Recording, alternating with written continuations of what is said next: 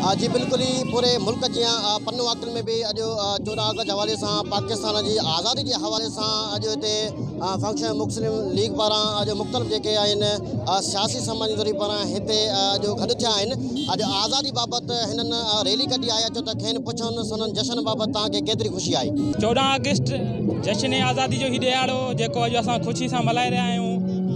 आज़ादी पाकिस्तान की आज़ादी में सब का वॾो किरदार इमाम इनकलाब शहीद हको सदाकत हज़रत पीर साईं सूर्य बादशाह रहमतुल्लाह अलैह संदस लखें जानसार हुरमुजाहिदन जो है, जन पांजी जान जा नजराना ॾेई पाकिस्तान के आज़ाद करायो अंग्रेज साम्राज्य के इन धरती में इन खिते में तड़े कढियो।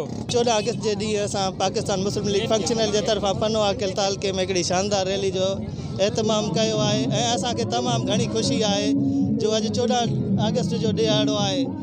असांजी पार्टी हमेशह पाक फौज सां पाकिस्तान सां हर वक़्तु 1965 जी जंग हुजे 1971 जी जंग हुजे या हमेशह जेको भी पाकिस्तान ते ॾुखियो वक़्तु आयो आहे असांजी पार्टी हमेशह पाकिस्तान सां पाकिस्तान फौज सां हमेशह गॾु रही आहे। अॼु जो ॾींहुं असांजे लाइ ईद जी ख़ुशी जो ॾींहुं आहे।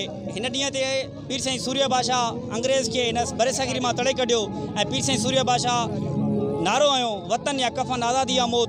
ऐं पीर साईं सूर्य बादशाह चयो जॾहिं इनकलाब ईंदो आहे त इनकलाब जे लाइ ज़मीन के पानी जी न पर रत सां रेज करण जी ज़रूरत पवंदी आहे ऐं उहा असां हुरनि पाकिस्तान जे लाइ पाकिस्तान की धरती के पंहिंजी रत सां जेको रेज कयोसीं ऐं पाकिस्तान के अॼु ॾींहं ते आज़ाद थियो। ही जेका आज़ादी आहे ही आज़ादी जेको आहे सो ही मुफ़्त में नाहे मिलियल।